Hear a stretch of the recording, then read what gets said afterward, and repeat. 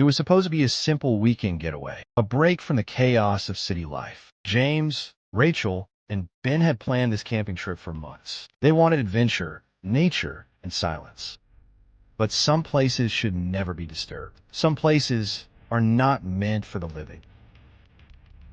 They arrived at the edge of Blackwood Forest just before sunset. The towering trees swallowed the last rays of light as they set up camp.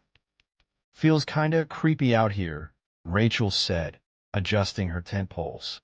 Just you and nature, Ben replied with a grin. Embrace it. James laughed, shaking his head. If only they knew. The next day passed uneventfully, but that night, the feeling of unease crept back. They sat around the fire, roasting marshmallows when the whistle came again. James stiffened. Ben frowned. Okay, what the hell is that? The sound was unmistakable now. It was slow, deliberate, and much, much closer. The trees beyond their fire seemed darker. Watching, Ben grabbed a flashlight and aimed it into the woods. Who's out there? Silence. Then, crack.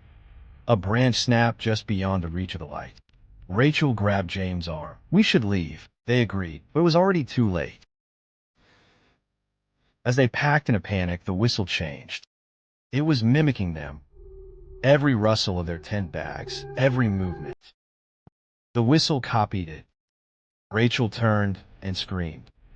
Ben's flashlight snapped up. A figure stood just beyond the trees. The whistle was coming from it. They ran. They ran blindly, crashing through the trees, but the whistle never faded. It was behind them. No, it was beside them. Rachel tripped. James grabbed her, yanking her forward. We're almost to the car. The whistle grew louder. The trees thinned, and their car came into view. Ben fumbled with the keys, shaking hands, struggling to open the door. As they dove inside, slamming the doors, the whistle stopped. They sped down the dirt road, leaving the trees behind. But James, breathing hard, gripping the wheel, dared a glance in the rear-view mirror. His stomach turned to ice. A shadow sat in the back seat. The whistle began again. The next morning, the town's ranger found their abandoned car on the roadside. The doors were open, the engine still running. But James, Rachel, and Ben were never seen again. And sometimes, deep in Blackwood Forest, a whistle still drifts through the trees.